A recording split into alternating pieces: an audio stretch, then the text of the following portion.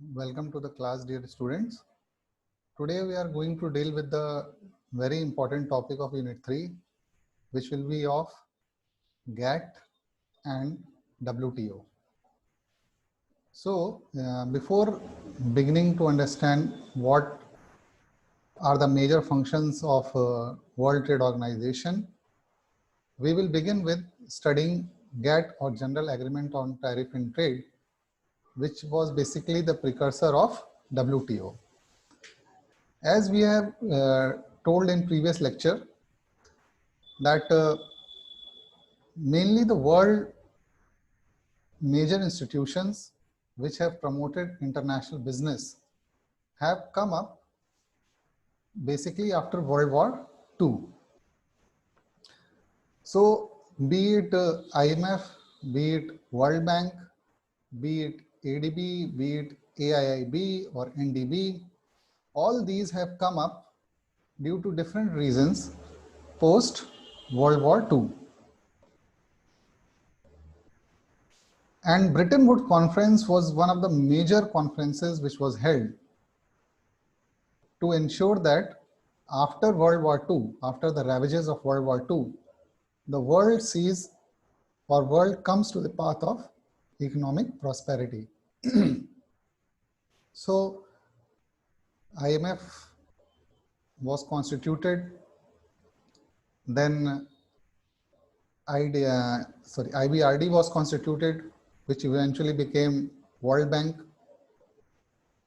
In same series, to promote international trade and to ensure that there is some sort of equal playing field, or there may not be major hurdles while one country is conducting its export or import or international business with another country, General Agreement on Tariffs and Trade also came up. So let's begin to understand, because even today, WTO, which is basically which came in 1995 and which was after which came after GATT, or GATT eventually transformed itself into WTO. So even today, WTO is very major institution which ensures that world trade takes place in smooth manner. Basically, what we can say is that there is no substitute for WTO right now. Say, for example, for IMF, there is obviously substitute of AIIB or NDB or ADB. Similarly, if we see for World Bank, there are another multilateral development institutions which have come as a parallel substitute. But for WTO, there is practically no parallel or substitute. So let's begin with the topic of GATT, or General Agreement on Tariffs and Trade. So General Agreement on Tariff and Trade, as I told you, basically it had come after World War II, and it was a legal agreement which minimized barriers to international trade by eliminating or reducing quotas, tariffs, and subsidies while preserving significant regulations. GATT was intended to boost economic recovery after World War II through reconstructing and liberalizing global trade. Though the talks were actually going on even in Bretton Woods Conference, but GATT finally came into effect in 1948. And the basic purpose was to ease out international trade barriers and let the trade become easier. So after its formation, GATT had different rounds of talks, and in different rounds of talks the basic agenda was how to improve the international trade, how to reduce barriers, how to have free flow of international trade. So from 1947 up till 1986 there were around 8 rounds of talks, and in each talk there was some major achievement and outcome. In 1995, GATT was absorbed into World Trade Organization, which further extended it. There were many positives of GATT. In right from its year of formation up till it was absorbed by WTO in 1995, GATT had held lots of rounds of talks with different member nations, and basically it helped to reduce tariffs, and these talks led to the increase in world trade by 8% from 1950s to 1960s. Trade grew actually from 302 billion US dollars in 1970 to 3.8 trillion in 1993. You can see tremendous increase. By increasing trade, GATT promoted world peace. In the 100 years before GATT, the number of wars were 10 times greater than the 50 years after GATT. So when international trade takes place and countries prosper and progress and become economically strong, they hesitate to take up war on smaller issues and try to sort through talks only, sort the matter through talks only.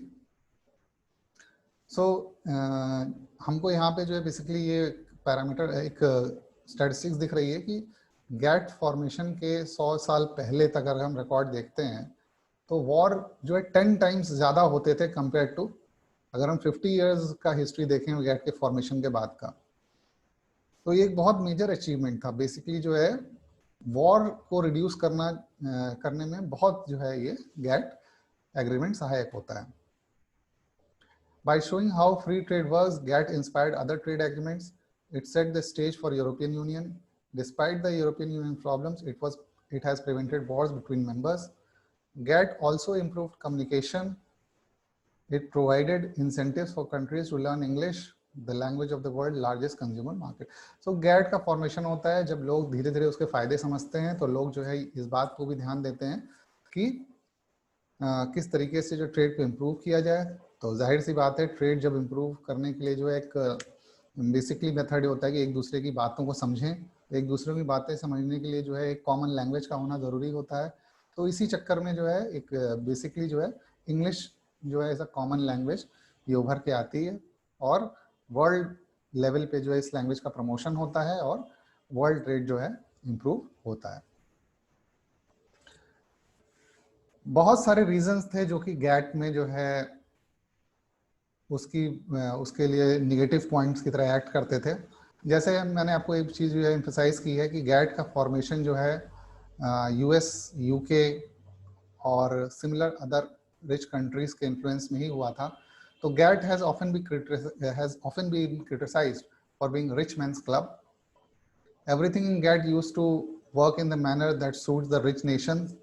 जितनी भी policy making होती थी, organisation structure होता था, GATT general agreement on trade and tariff जहाँ से भी उनके जो हेडक्वार्टर्स होते थे वहाँ पे जो है जो उनके मेन डायरेक्टर या प्रेसिडेंट होते थे वो सारे के सारे अपॉइंटीज जो भी होते थे वो रिच कंट्रीज या अमेरिकन कंट्रीज से ही होते थे, अमेरिका के होते थे.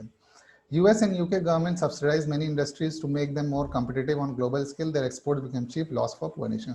तो गैट इस चीज़ को कंट्रोल ही नहीं कर पाता था कि बहुत सारे जो रिच नेशंस होते थे वो उनके पास बहुत पैसे होते थे तो वो अपने जो है इंडस्ट्रीज को सब्सिडाइज करते थे. जब बहुत सब्सिडी मिलती थी यानी कि टैक्सेशन बहुत कम होता था तो उनके प्रोडक्ट जो होते थे बहुत ही हाई वर्ल्ड लेवल पे बहुत ही लेस कॉस्ट के बनते थे और पुअर कंट्रीज जो होती थी वो जो है उन प्रोडक्ट से जो है ईजिली कॉम्पीट नहीं कर पाती थी.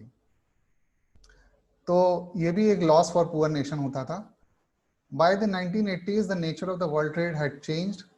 GATT did not address the trade of services that allowed them to grow beyond any one country's ability to manage them.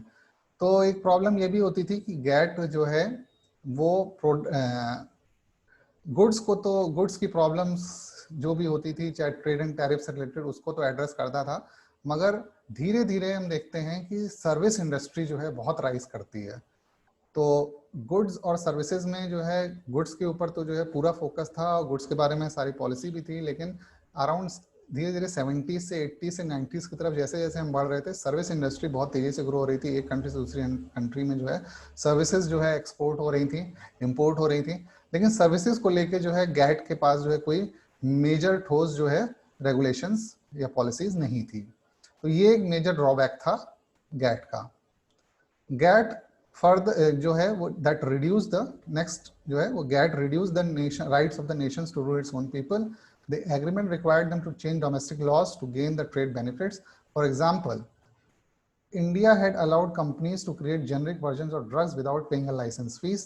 This helped them more people to afford medicine. GATT required India to remove this law that raised the price of drugs to reach to level out of reach of many Indians. तो इसका मतलब ये है कि बहुत सारे essential commodities जो होती थी, एसेंशियल चीजें जैसे मेडिसिन हो गई, वहाँ पे भी जो है गैट के साथ प्रॉब्लम ये होती थी कि गैट जो है वो फोर्स करता था डेवलपिंग नेशंस के जैसे इंडिया के केस में कि वो जेनेरिक वर्जन ऑफ ड्रग्स जो है जल्दी ना बनाए, क्योंकि जेनेरिक वर्जन ऑफ ड्रग जो है अगर हम किसी मेडिसिन का बनाते हैं तो वो जो है उसके लिए हमको पेटेंट का लाइसेंस लेने की ज़रूरत नहीं पड़ती है, लाइसेंस की फीस देने की ज़रूरत नहीं पड़ती है।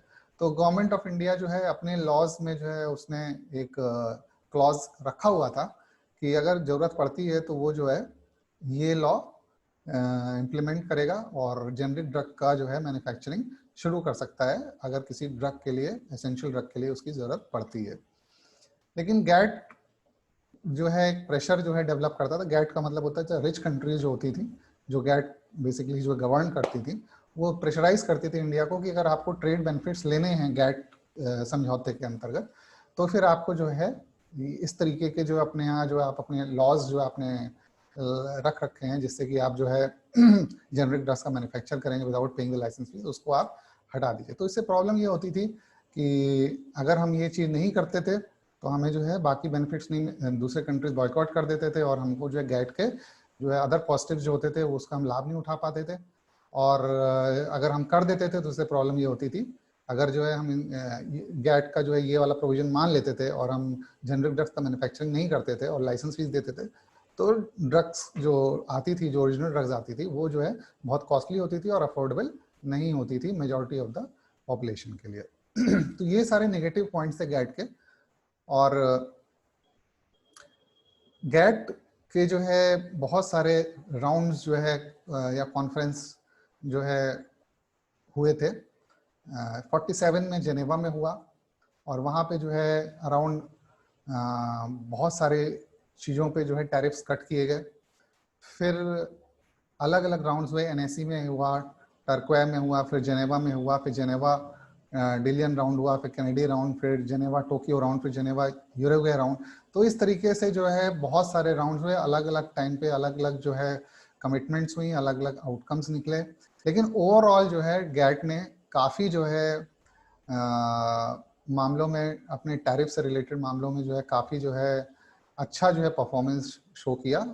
मगर बस प्रॉब्लम एक मेजर यही रही कि सर्विस से रिलेटेड जो है बहुत मेजर डिसीजन नहीं ले पाए, क्योंकि धीरे धीरे सर्विस इंडस्ट्रीज जो है बढ़ रही थी और सर्विस को भी जो है एक इंटरनेशनल लॉज और पॉलिसीज और इक्वल प्लेइंग फील्ड की जरूरत हो रही थी।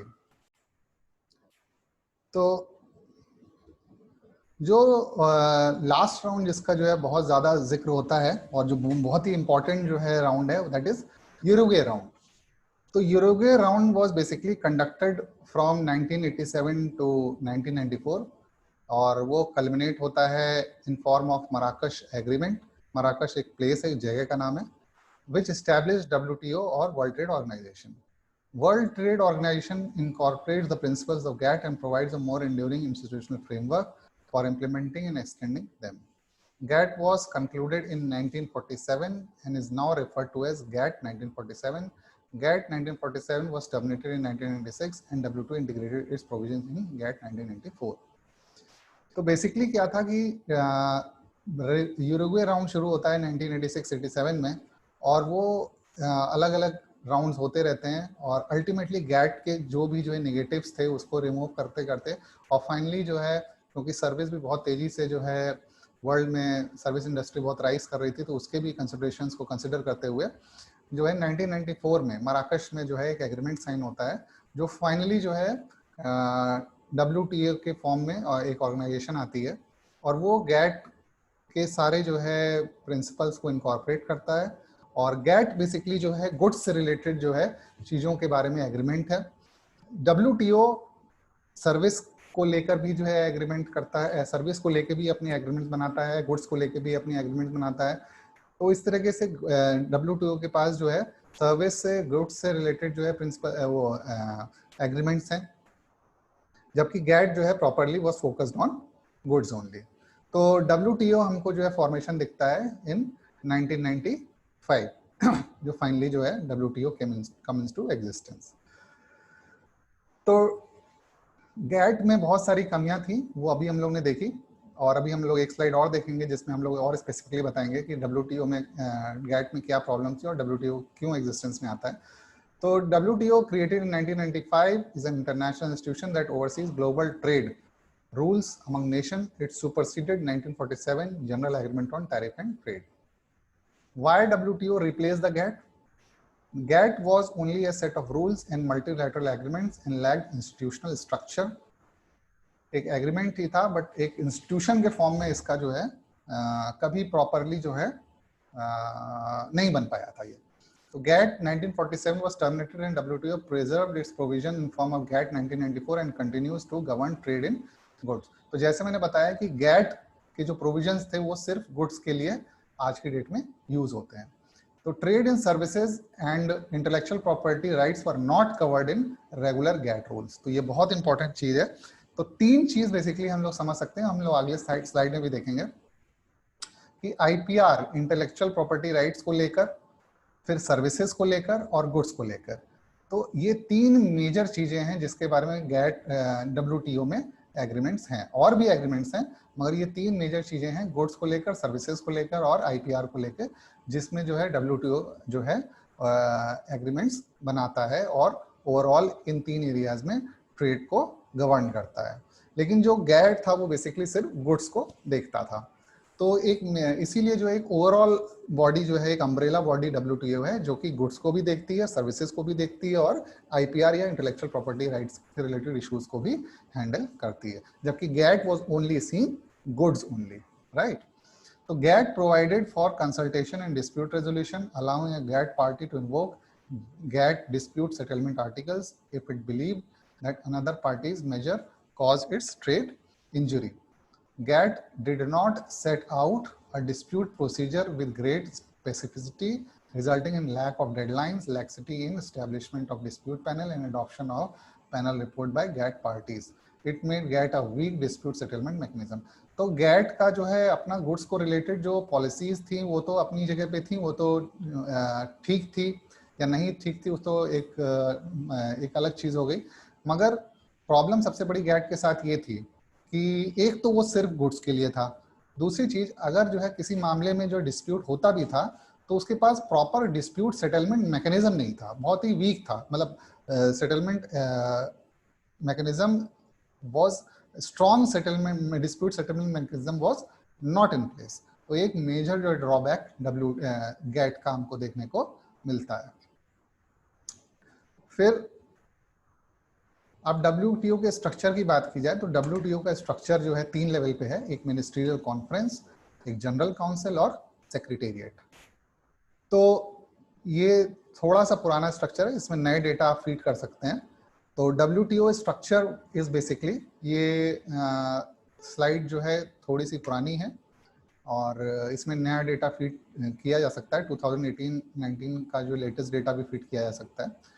तो WTO का स्ट्रक्चर जो है मिनिस्ट्रियल कॉन्फ्रेंस, जनरल काउंसिल और सेक्रेटेरिएट लेवल का है। तो अराउंड मिनिस्ट्रियल कॉन्फ्रेंस जो है जितने भी मेंबर्स जो है WTO में होते हैं उन सभी के मेंबर्स यहाँ पे होते हैं। इसका काम जो होता है डायरेक्टर जनरल को अपॉइंट करना होता है फिर ट्रेड एग्रीमेंट्स के बारे में डिस्कस करना होता है। एवरी 2 ईयर ये मिनिस्ट्रियल कॉन्फ्रेंस की बैठक होती है, सब लोग बैठते हैं। और ये भी लेटेस्ट है, तो लेटेस्ट सॉरी थोड़ा सा पुराना डेटा है। अब तक 12th कॉन्फ्रेंस या मिनिस्ट्रियल कॉन्फ्रेंस की बात चल रही है। ये 9th यहाँ पे लिखा हुआ है, 12th जो है अभी कजाकिस्तान में होने वाला है। तो मोस्ट लाइकली कि वो जो है पर्सन टू पर्सन नहीं होगा, एक वर्चुअल कॉन्फ्रेंस होगी। तो अभी जो लास्ट हुआ है वो 11th कॉन्फ्रेंस हुआ है तो ये 9th यहाँ पे डेटा लिखा हुआ है, 9th बाली कॉन्फ्रेंस जो है 2013 में हुआ था। तो बेसिकली मिनिस्ट्रियल कॉन्फ्रेंस क्या चीज़ है? मिनिस्ट्रियल कॉन्फ्रेंस जो है जितने भी मेंबर नेशन हैं वहाँ के जो है मेंबर्स, वो जो वहाँ की गवर्नमेंट जिसको भी अपॉइंट करती है, चाहे वो मिनिस्टर्स हों वहाँ के, चाहे वो जो है वहाँ के सेक्रेटरीज हों, उनका जो है एक समूह है, एक ग्रुप है, वो जो है अपॉइंट करता है डायरेक्टर जनरल और WTO। वो ट्रेड एग्रीमेंट्स पे सारे डिस्कशन वो लोग करते हैं। एवरी 2 ईयर्स वो कॉन्फ्रेंस होती है। और अभी करंटली जो है हम लोग 12th कॉन्फ्रेंस की बात कर रहे हैं, जो कि जो है कजाकिस्तान में जून में जो कजाकिस्तान में होने वाला था। ठीक है, अब जो है मिनिस्ट्रियल कॉन्फ्रेंस के बाद जो है जनरल काउंसिल आता है। जनरल काउंसिल जो है वो सेकंड डे टू डे मामले में जो है वो मतलब बैठता है, और जनेवा में वो जो है मतलब उसका हेडक्वार्टर है। और जनरल काउंसिल जो है कि 2 मेजर बॉडीज हैं, एक ट्रेड पॉलिसी रिव्यू बॉडी है और एक डिस्प्यूट सेटलमेंट बॉडी है। तो ये लोग जो है बेसिकली जो है मिनिस्ट्रियल कॉन्फ्रेंस तो 2 साल में मिलेगी, मगर डेली बेसिस पे जो है ये लोग काम करते हैं, ट्रेड पॉलिसी रिव्यू करते हैं, डिस्प्यूट सेटलमेंट की बात होती है। फिर डायरेक्टर जनरल जो है ये भी पुराना डेटा है, तो इसको भी आप लोग जो है ये जस्ट आपके लिए एक होमवर्क भी आप इसको कंसिडर कर सकते हैं कि आज की डेट में कौन जो है डायरेक्टर जनरल है, वो आप लोग सर्च करिएगा। तो डायरेक्टर जनरल होते हैं, डायरेक्टर जनरल का अपॉइंटमेंट होता है, जो कि हम लोग ने देखा था कि मिनिस्ट्रियल कॉन्फ्रेंस करती है। देखिए मिनिस्ट्रियल कॉन्फ्रेंस जो है वो अपॉइंट करती है डायरेक्टर जनरल को।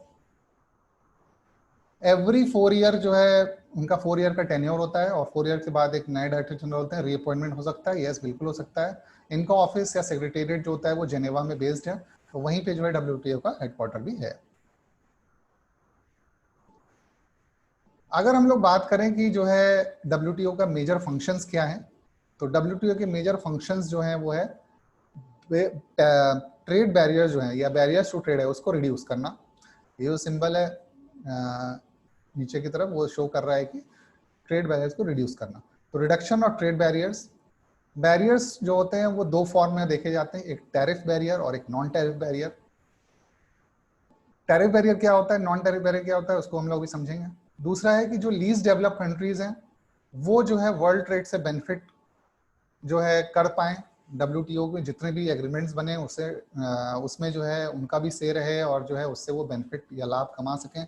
ऐसा ना हो कि सिर्फ डेवलपिंग और डेवलप नेशन ही जो है उससे बेनिफिट जो है उठा पाए। तो लीस्ट डेवलप कंट्रीज के बारे में भी यहाँ पे स्पेसिफिकली केयर किया गया है। तो बैरियर्स को रिड्यूस करना ट्रेड इंटरनेशनल बिजनेस में, फिर लीस्ट डेवलप्ड कंट्रीज जो हैं वो इसका बेनिफिट उठा पाएं उसको इंश्योर करना। इन दोनों पॉइंट्स को, फर्स्ट और सेकंड पॉइंट्स को इंश्योर करने के लिए एग्रीमेंट्स बनाना, ये जो है थर्ड मेजर फंक्शन है WTO का। तो 1 और 2 यानी फर्स्ट यानी ट्रेड बैरियर्स को रिड्यूस करना, और लीस्ट डेवलप कंट्रीज जो सेकंड पॉइंट है, लीस्ट डेवलप कंट्रीज जो है WTO से रिलेटेड जितने भी पॉलिसीज बनाएगा WTO उससे बेनिफिट कमा सके, उठा सके, उसको इंश्योर करने के लिए एग्रीमेंट्स बनाना, ये जो है तीसरा फंक्शन है WTO का।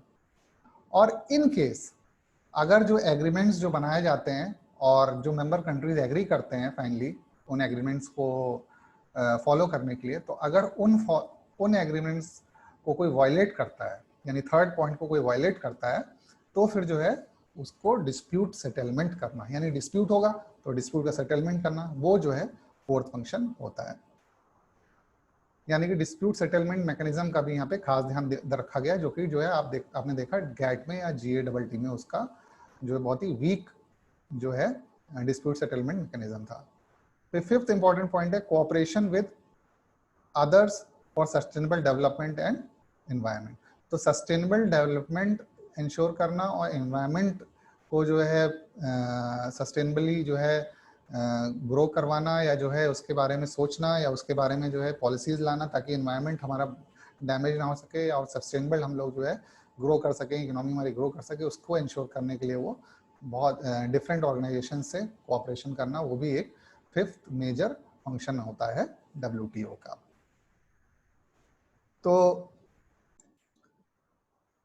तो आइए समझ लेते हैं कि जो फर्स्ट मेजर फंक्शन है बैरियर्स को रिड्यूस करना, और हमने ये समझा था कि बैरियर्स को रिड्यूस करने का मतलब है कि दो तरीके के बैरियर्स होते हैं, टैरिफ और नॉन टैरिफ। तो what is tariff barrier and what is non tariff barrier? तो टैरिफ बैरियर को अगर एग्जांपल से समझें तो जैसे यूएस है, तो यहाँ पे प्रेसिडेंट ओबामा जो है उनसे रिप्रेजेंट किया जा रहा है। तो फोर्ड यूएस की कंपनी है, तो अगर फोर्ड को प्रमोट करना है उनको, तो वो क्या क्या करेंगे कि उस पर जीरो एक्साइज ड्यूटी लगाएंगे।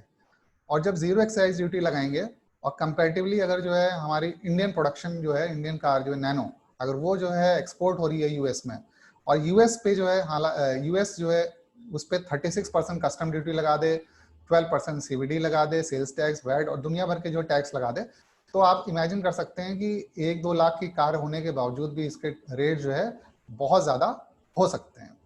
तो अगर इंडियन प्रोडक्शन जो है या इंडियन प्रोडक्ट कोई भी जो है कॉम्पीट करने की कोशिश करेगा यूएस के प्रोडक्ट से, और यूएस ने वहाँ पे उसको ऑलरेडी जो है 0% एक्साइज ड्यूटी लगा रखा है, तो यूएस का प्रोडक्ट ऑलरेडी जो है टेक्निकली थोड़ा सा साउंड है, और जब उस पर कोई टैक्स भी नहीं लगेगा तो रेट वाइज भी ऑल्सो काफी जो है कॉम्पिटिटिव हो जाएगा, चीपर हो जाएगा। तो इंडियन प्रोडक्ट्स को जो है कोई नहीं खरीदेगा यूएस में, इवन अगर जो है उसको यूएस में आने के लिए अलाउ भी कर दिया जाए। तो इस तरीके से उस पर जो है ये जो टैक्स लगाया जाता है कस्टम के फॉर्म में बहुत ज्यादा जो दिया गया है, वो एक तरीके का बैरियर है, and that barrier is known as tariff barrier. Non tariff barrier की बात की जाए तो नॉन टैरिफ बैरियर में हम टैक्स नहीं लगाएंगे, हम कुछ नहीं लगाएंगे, जो टैक्स हम यूएस की कंपनी के लिए वही इंडियन कंपनीज के लिए, that is good, very fine. लेकिन अदर तरीके से हम जो है उस पर जो है रेस्ट्रिक्शन लगा सकते हैं। वो अदर तरीके से किस तरह से रेस्ट्रिक्शन है, वो अदर तरीके से रेस्ट्रिक्शन जो है दूसरे तरीके से रेस्ट्रिक्शन कैसे लगा सकते हैं, वो हम लगा सकते हैं कि भाई ऑब्वियसली आप जब वहाँ पे जा रहे हैं एक्सपोर्ट करने के लिए या बिजनेस करने के लिए, तो वहाँ पे आपको परमिशन लेनी पड़ेगी।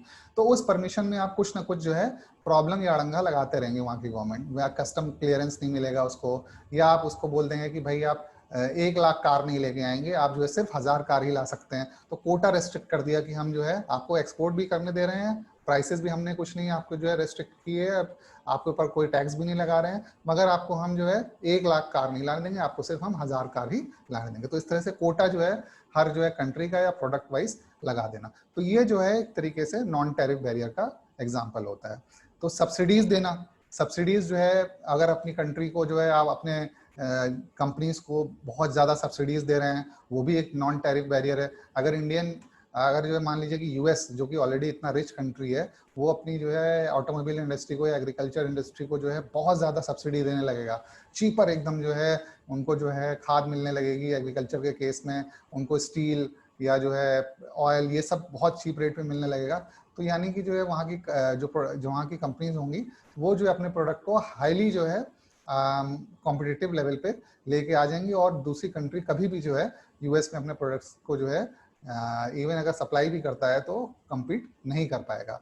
चीप इलेक्ट्रिसिटी देना, चीप लोन्स देना, interest subvention, EPF contribution, low cost of production जो है अल्टीमेटली रिजल्ट करेगा इससे, और जो है बाहर की कोई भी कंपनी आएगी वो जो है यूएस के प्रोडक्ट से उनकी जगह पे कॉम्पीट नहीं कर पाएगी। तो ये सारे के सारे एग्जांपल होते हैं नॉन टैरिफ बैरियर। तो नॉन टैरिफ बैरियर में क्या हुआ कि हमने टैक्स जो है दोनों पे सेम रखा, मगर हमने अपनी कंट्री में जो है सारे जो प्रोडक्शन की चीजें जो है अपनी कंपनीज को बहुत ही सस्ते में देना शुरू कर दिया, अलग अलग तरीके से, चाहे इलेक्ट्रिसिटी चीप दी, यानी कि हमने सारा जो है जितना भी प्रोविजन इंश्योर कर सकते हैं जिससे कि हमारे जो है कंपनीज का प्रोडक्शन कॉस्ट बहुत कम हो जाए, वो सब नॉन टैरिफ बैरियर में आ जाता है। तो नॉन टैरिफ बैरियर का एग्जाम्पल यही होता है। एक तो जो है हमने आपको यही बताया कि रेड टेपिज्म या एप्लीकेशन जो हमने दी है वो जो है उसमें डिले करते जाएं, फिर हम कोटा लगा दें कि हम जो है आपको 1 लाख कार नहीं लाने देंगे, सिर्फ 1000 कार लाने देंगे, वो एक तरीके का कोटा लगा देना फॉरेन कंपनीज पे या फॉरेन कंट्रीज से जो कंपनीज आ रही हैं एक्सपोर्ट करने उन पे, या अपने जो है देश में अपनी कंट्री में जो है अपने यूएस जो है अगर जो है अपने कंपनीज को सब्सिडीज देता है, चीप इलेक्ट्रिसिटी देता है, चीप लोन्स देता है, इंटरेस्ट सबवेंशन देता है। तो ये सारी चीजें जो है नॉन टैरिफ बैरियर हो रही हैं, ये बहुत ज्यादा जो है वहाँ की लोकल कंपनीज को बेनिफिट करती हैं। वो अपने प्रोडक्ट्स को अच्छी क्वालिटी का चीपर रेट पे बना पाते हैं और बाहर से आई हुई कंपनीज जो है अपना प्रोडक्ट जो है वहाँ पे बहुत ही हाई कॉस्ट पे ही बेच पाती हैं और कंपेरेटिवली, और वो फिर उनका प्रोडक्ट सेल नहीं होता है और उनको बहुत लॉस फेस करना पड़ता है। तो ये टैरिफ और नॉन टैरिफ बैरियर का बहुत अच्छा एग्जाम्पल है। तो नेक्स्ट क्लास में हम लोग जो है इश्यूज देखेंगे कि Indian major issues of India जो है क्या हैं WTO के साथ, और अलग अलग चीज़ें समझेंगे कि नॉन टैरिफ बैरियर के अलावा जो है क्वालिटी कंट्रोल में क्या इश्यूज आते हैं और इंडिया क्या क्या मेजर इश्यूज फेस करता है। सो we'll meet in the next class. Thank you very much for listening to this lecture.